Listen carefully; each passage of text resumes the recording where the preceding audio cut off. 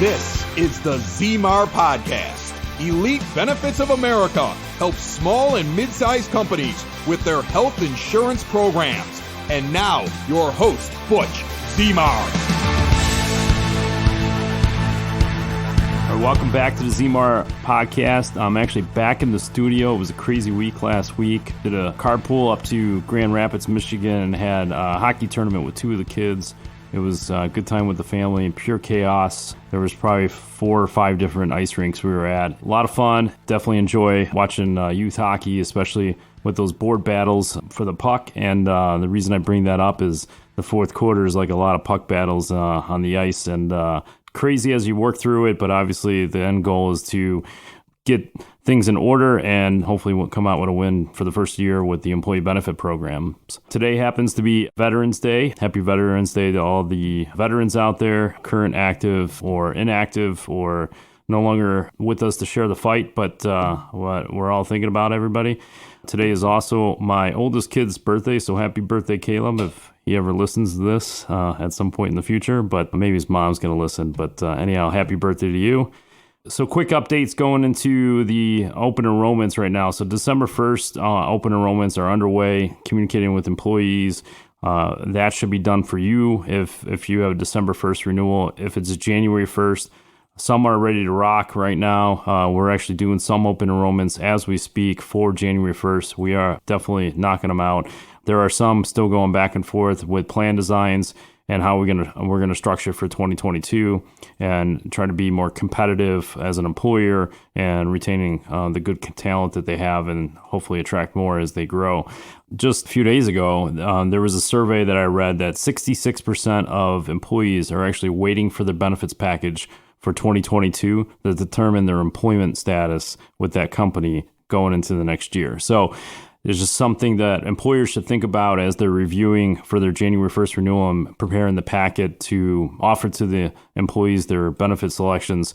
And so just something to consider because I was surprised that it was that many. Every year there's always some people on the fence, especially with employers having to back down on the benefit coverage and passing on more costs to their employees. The employees are just getting tired of it. And I'm not saying that's the solution. I do think some employees need to have a real hard reality check on the true cost of health insurance and not asking somebody else to pay for it. But that's a completely different topic. We could spend a whole podcast on that.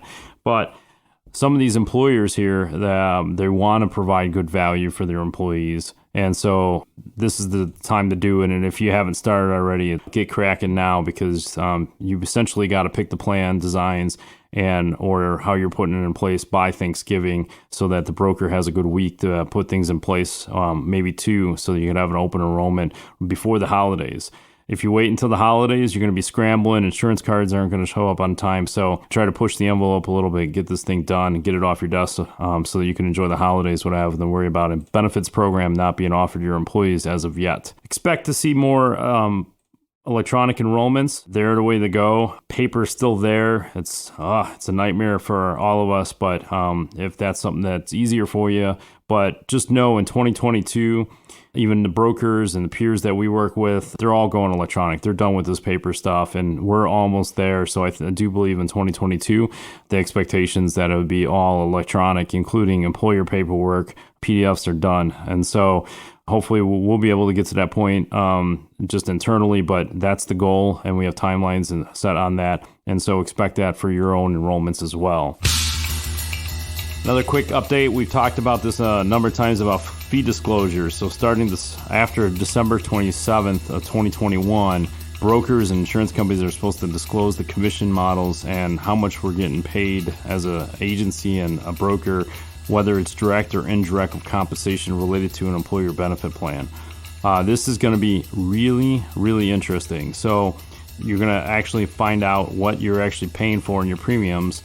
And so it's an industry game changer for sure. There's a lot of pros. I'm actually for it. There's some negatives, and I'll walk you through that real quick. But pros, you could demand more of the value of the compensation you're paying for in the premiums. They're already built in. You might be sticker shocked on how much your broker's actually getting paid, just from either just comparison to your own industry or business, or what you're actually getting out of them. There are employer accounts that brokers are getting paid $100,000 to $200,000 a year to manage that account. But if you're getting the service model and the technology and the support you're looking for, then it's worth it. It's a large employer at that point. But then you have other companies on the other end of the spectrum where they're mid-sized companies and the broker is probably getting paid $15,000, $20,000 a year on. Well, they have staff and technology and whatnot that they're supplying to you, but you could demand more out of them by knowing what's there.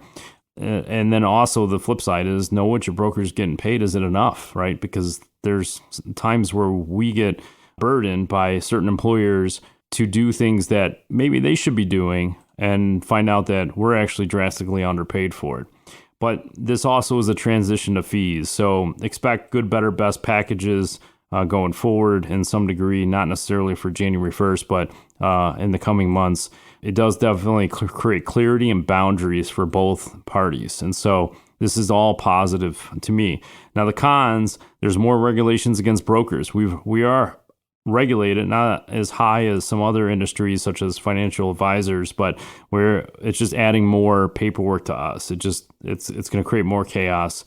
But it is a game changer, but it could make a lot of brokers, good brokers in our industry, to leave the industry. The average age, last I knew, was 59. It could be 61 because my data could be a couple years old, but it could be a problem. They could be forced to retire, and then your good broker that you had now is now replaced by somebody else that you may not like, and that can be an issue going forward because you may not get the same service. You guys may not jive. Sure, it creates opportunity for some of the rest of us, but it could create some other issues that somebody could have had another 5 to 10 years, and now they're out. So just some things to look forward to. Don't be surprised by it. It's coming, and it's going to be here before we know it.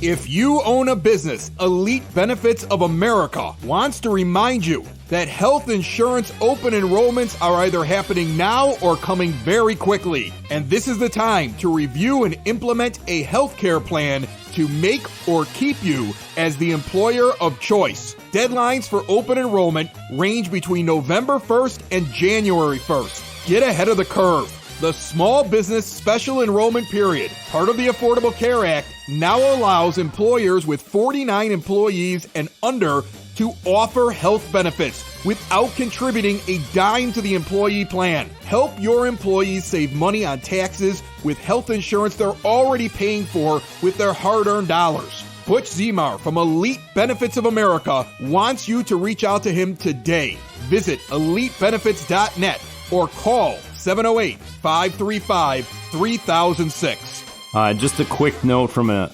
slight HR perspective on the vaccine mandate. I'm not trying to get political on this one. I know it's there's a lot of controversy on it, but if you have 100 or more employees, there's a mandate coming January 1st. I think it's actually January 4th. I know there was a recent ruling from the courts that they couldn't do it, but it's the same thing that happened with the Affordable Care Act. And so time will tell where this is going to go. My recommendation is you need to still review what your rights are as an employer and also the employees. But from an HR perspective, it's really a touchy subject. So I would recommend, highly, highly recommend to talk to an employment attorney just to make sure that whatever your goals are, then that still meets some type of clarity or requirement inside the law, because what if it's still there? I don't know. I don't have any insight where it's going to go. There's still a lot of time between now and January, but if you need a contact for an employment attorney, let me know. We had one on our podcast. We have several others. They could give better advice. You can put them on retainer to protect whatever your goals are, or how to execute anything that you're looking for. It's a touchy subject, so you need to be very careful. You're going to walk a fine line there. I had read last week that the mandate is actually being proposed to come down to small businesses. So if you have any employees, it will be mandated that you have vaccination requirements inside the workplace. This is going to take a lot more time. First off, there's too many of the small businesses, even mid-sized, that for them to go to track all this. But again, it's notes that are being drafted up. I don't know how soon that's going to get passed. They have leverage on the 100 plus, they're using OSHA, and there's arguments there whether or not OSHA is the governing body to do this. But anyhow, on the small business, they're just under the radar. So I don't know how they're going to do it. But in the current situation, it's always been job specific. So sure, there are some vaccines that are required, but usually it's around an employment position that you are applying for, and the expectations are set at the employment. So I with a lot of other jobs, there is no mandate for vaccines. You could be unvaccinated as a child and still get a job and produce value in the workplace. It'll be interesting where it goes. I just wanted to point that out that, hey, my recommendation is talk to an attorney if you're not sure, especially if you're in that situation. We went through this with the Affordable Care Act. A lot of employers felt that it was going to go by the wayside. It was losing some of the court battles, and they didn't think that it was going to come to tuition, and then they get penalized because it really was there, and then it passed all other checks and balances to be there. And so I would not procrastinate on this. You need to take it very serious and make sure that you have consultation moving forward.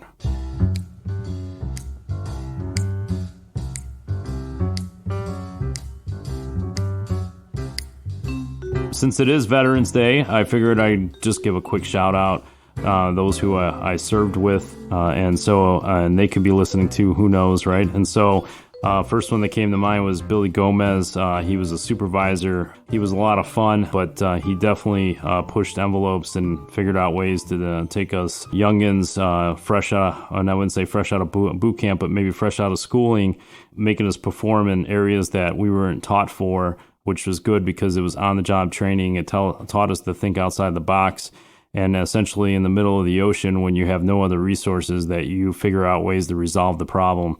And we did. We had some big problems in the middle of the ocean. We had lack of supplies and parts, and he forced us to do better. We solved a lot of problems and got airplanes back up in the air. So definitely good. A shout out Rob Simone. He's at the tail end of his 20-something year career, but he's done a lot of things from a leadership perspective. He broke a number of rules to increase morale, and he won. And so he's done a lot of great things, and a lot of thanks to him for the people that fall underneath him. Troy Calhoun, he's probably listening to this podcast, but he's now back in Michigan, but we still stay in touch, and it's been a lot of fun hanging out with him. And then you had this guy, I just remember his name is Mahaffey. I forget his first name, but he was the guy that always, we had 150 something days or 200 days at sea, and he would count down every single day we were at sea, and it made it longer. He also was one that hung strings from the ceiling of the room with a washer on it, so that every time the ship moved, the string would move, and it would actually cause people to get sick. But a little motion sickness because you have a visual inside of a room that has no windows. And so talk about a little hazing going on, but I guess when you're in the middle of the ocean and you have a great box and you have nothing else to do besides do your job and figure out how to get along with each other, I guess that's one way to do it, right?